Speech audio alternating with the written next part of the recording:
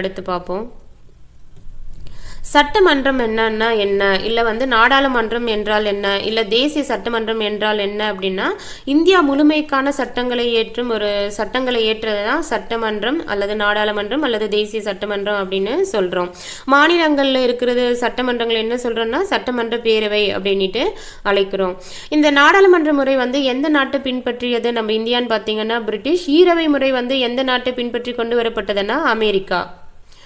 இந்தியாவில் இருக்கிற மாநிலங்கள் மற்றும் யூனியன் பிரதேசங்களுடைய எண்ணிக்கை என்னென்னா 28 மாநிலங்களும் 8 யூனியன் பிரதேசங்களும் இருக்கு.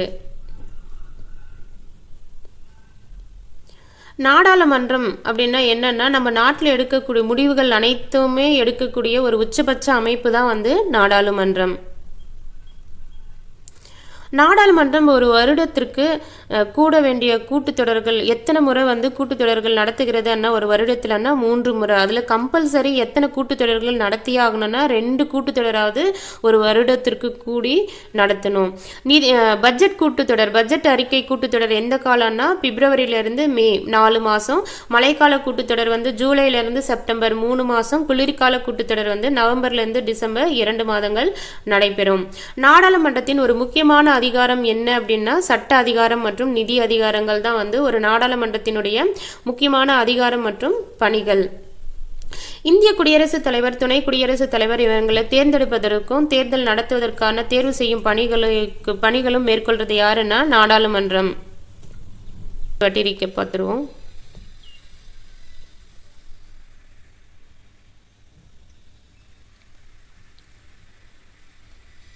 குடியரசுத் தலைவர், துணை குடியரசுத் தலைவர், உச்சநீதிமன்ற நீதிபதிகள் மற்றும் உயர்நீதிமன்ற நீதிபதிகள் இவங்க மீதான பதவி நீக்கும் தீர்மானத்தை வேற எப்படி அழைக்கலாம் அப்படின்னா பழிச்சாட்டுதல் அப்படின்ட்டு அழைக்கலாம். இவங்களை யார் பதவி நீக்கம் பண்ண முடியும்னா நாடாளுமன்றத்தில் தான் பதவி நீக்கம் பண்ண முடியும்.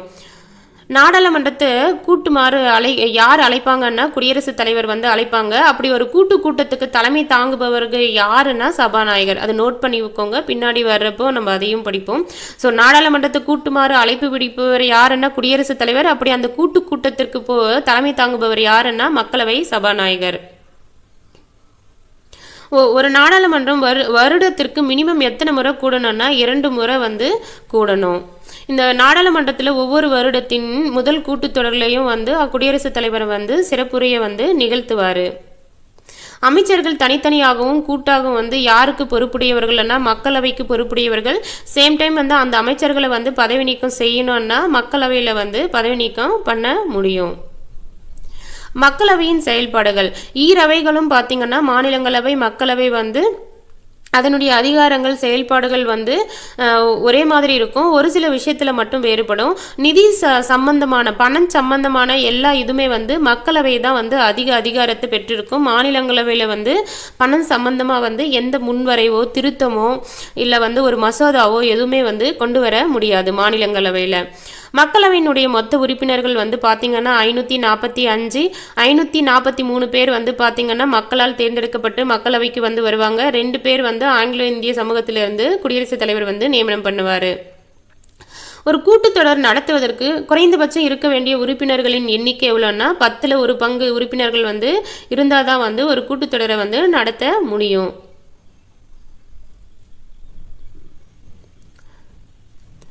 ஒரு நாடாளுமன்ற தொகுதி என்றது எப்படி பிரிக்கிறாங்கன்னா 6 சட்டமன்ற தொகுதிகள் அடங்கியது தான் ஒரு நாடாளுமன்ற தொகுதி அப்படின்ட்டு பிரிக்கிறாங்க. ஸோ மக்களவைக்கு வர்ற உறுப்பினர்கள் மக்களால் நேரடியாக தேர்தல் மூலயமா சந்தித்து வின் பண்ணி வர்றவங்க மக்களவையில் எம்பியாக இருப்பாங்க. அவங்களுடைய பதவிக்காலம் 5 வருஷம். மக்களவை தலைமை தாங்கி நடத்துபவர் யார் அப்படின்னா சபாநாயகர். மக்களவை இவர் யார் சபாநாயகரை தேர்ந்தெடுக்கிறாங்கன்னா மக்களவை உறுப்பினர்கள் தான் சபாநாயகரை தேர்ந்தெடுப்பாங்க. நாடாளுமன்ற தலைமைச் செயலகத்தின் நிர்வாக தலைவர் யாருன்னா மக்களவை சபாநாயகர். நாடாளுமன்ற தலைமைச் செயலகத்தின் நிர்வாக தலைவர் ஸோ ஞாபகம் வச்சுக்கோங்க. நிர்வாக தலைவர் யாருன்னா தலைமைச் செயலகத்தின் மக்களவை சபாநாயகர். மக்களவை என்னன்னு இந்த பாக்ஸ் கொடுத்துருக்காங்க. ஸோ தெளிவாக பார்த்துக்கோங்க. மக்களவையில் மொத்த இடங்கள் வந்து 545, 543 பேர் வந்து மக்களால் வந்து தேர்ந்தெடுக்கப்பட்டு வர்றாங்க. பெரும்பான்மை பெறணும்னா எத்தனை இடங்களை வின் பண்ணணும்னா 272 இடங்களை வந்து வெற்றி பெறணும். 2 ஆங்கிலோ இந்திய சமூகத்திலேருந்து 2 பேரை வந்து குடியரசுத் தலைவர் வந்து நியமனம் பண்ணுவார்.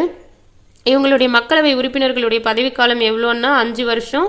அது வந்து ஆளுங்கட்சி வந்து நம்பிக்கை பெரும்பான்மையை கொண்ட கட்சியாக செயல்படுற வரைக்கும் 5 வருஷம் பூர்த்தியாக ஆட்சி பண்ணி அதுக்கடுத்து தேர்தலை வந்து சந்திப்பாங்க. பெரும்பான்மை இழக்கிற பட்சத்தில் எப்போ வேணால் அவங்க ஆட்சியை விட்டு வெளியேற மாதிரி இருக்கும். ஆளும் கட்சியின் தலைவர் யாருன்னா பிரதமர். அமைச்சர்களை தேர்வு செய்பவர் யாருன்னா பிரதமர். பார்த்துருவோம்.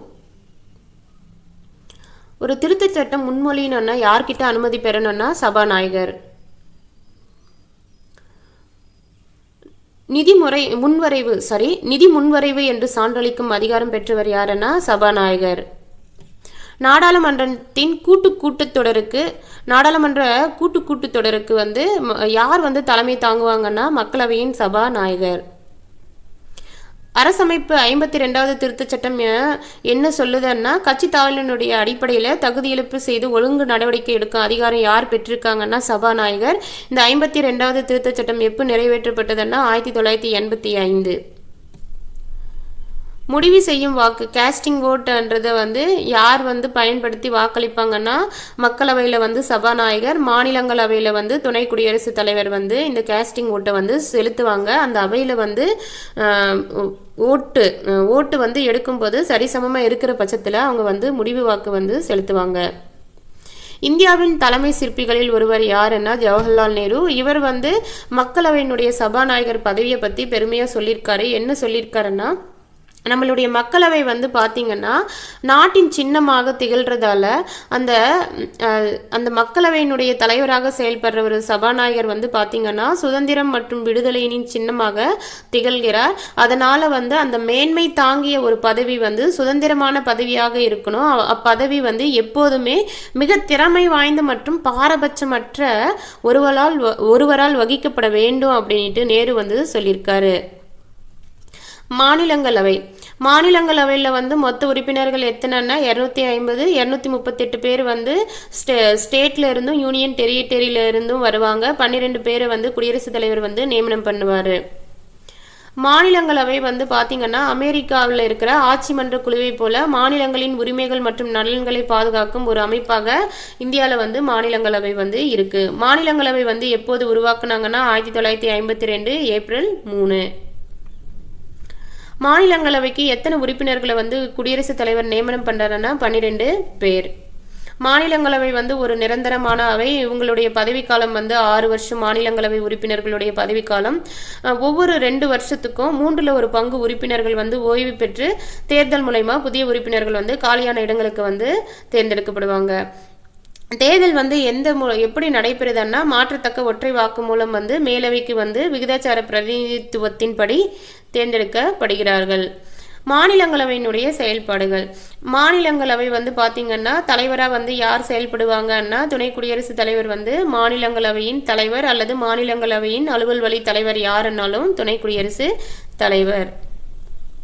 ஸோ நாடாளுமன்றம் ஈரவைகளை கொண்டது. 1 மாநிலங்களவை, மக்களவை. மாநிலங்களவையில் ஆல்ரெடி மேலே பார்த்த அதே டீட்டெயில் தான். 250 பேர் இருப்பாங்க. 12 பேரை குடியரசுத் தலைவர் நியமனம் பண்ணுவாங்க. 238 பேர் வந்து பார்த்தீங்கன்னா ஸ்டேட்ல இருந்தும் யூனியன் டெரிட்டரியில இருந்தும் வந்து பிரதிநிதிகளாக வருவாங்க. அதே மக்களவை என்ற பட்சத்தில் அதிகபட்சம் இருக்க வேண்டியது 552 உறுப்பினர்கள் வந்து மக்களவையில் வந்து இருக்கலாம். மாநிலங்கள்ல இருந்து 530 பேர் வந்து பிரதிநிதிகளாக வர்றாங்க. 2 பேரை வந்து குடியரசுத் தலைவர் நியமனம் பண்ணுவார். ஒன்றிய ஆளுகைக்கு உட்பட்ட பகுதியிலிருந்து 20 பேர் வந்து நியமிக்கலாம். தற்சமயம் வந்து சைடில் நோட் பண்ணிக்கோங்க. யூனியன் டெரிட்டரியிலேருந்து 13 பேர் தான் வந்து மக்களவை உறுப்பினர்களுக்கு தேர்ந்தெடுக்கப்படுறாங்க. ஒரு வாட்டி ரீகேப் பார்ப்போம். ஐக்கிய அமெரிக்க நாட்டில் மாநில குழுவின் உறுப்பினர்களை எப்படி அழைப்பாங்கன்னா செனட்டர்கள். மாநிலங்களவை உறுப்பினர் ஆகணும்னா இந்திய குடிமகனாக இருக்கணும். 30 வயது பூர்த்தி அடைஞ்சிருக்க வேண்டும். மக்கள் பிரதிநிதித்துவ சட்டம் 1951 படி நான் எந்த எந்த மாநிலத்திலிருந்து நாடாளுமன்றத்துக்கு தேர்ந்தெடுக்கப்படுறோம் அந்த நாடாளுமன்ற தொகுதியில் ஒரு வாக்காளராக இருக்க வேணும். இந்த பிரதிநிதித்துவ சட்டம் வந்து எப்போ வந்து திருத்தம் செஞ்சாங்கன்னா 2003 வந்து திருத்தம் செஞ்சாங்க. அதன் மூலயமா வந்து நான் மாநிலத்தில் வசிப்பவராக இருந்தால் மட்டும் போதும்ன்ட்டு திருத்தம் செஞ்சுருக்காங்க. உத்தரப்பிரதேசத்திலிருந்து மாநிலங்களவைக்கு எத்தனை உறுப்பினர்கள் தேர்ந்தெடுக்கப்படுறாங்கன்னா 31. சிக்கிம்ல இருந்து 1 உறுப்பினர், தமிழ்நாட்டில இருந்து மாநிலங்களவைக்கு 18 உறுப்பினர்கள் வந்து தேர்ந்தெடுக்கப்படுறாங்க.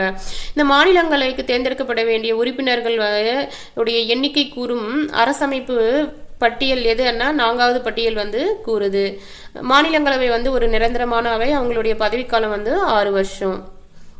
ஸோ அவங்களுடைய சிறப்பு நாடாளுமன்ற உறுப்பினருக்கான சிறப்பு என்னன்னு பார்த்தீங்கன்னா, ஒரு கூட்டுத்தொடர் வந்து நடக்கிற பட்சத்தில் 40 நாட்களுக்கு முன்னாடியும் கூட்டுத்தொடர் முடிஞ்ச 40 நாட்கள் வரைக்கும் வந்து பார்த்தீங்கன்னா உரிமையியல் வழக்குகளின் கீழே கைது பண்ண முடியாது. ஸோ குற்றவியல் வழக்குகள் கீழே ஒரு கைது பண்ணலாம், உரிமையியல் வழக்குகளின் கீழே தான் வந்து கைது பண்ண முடியாது.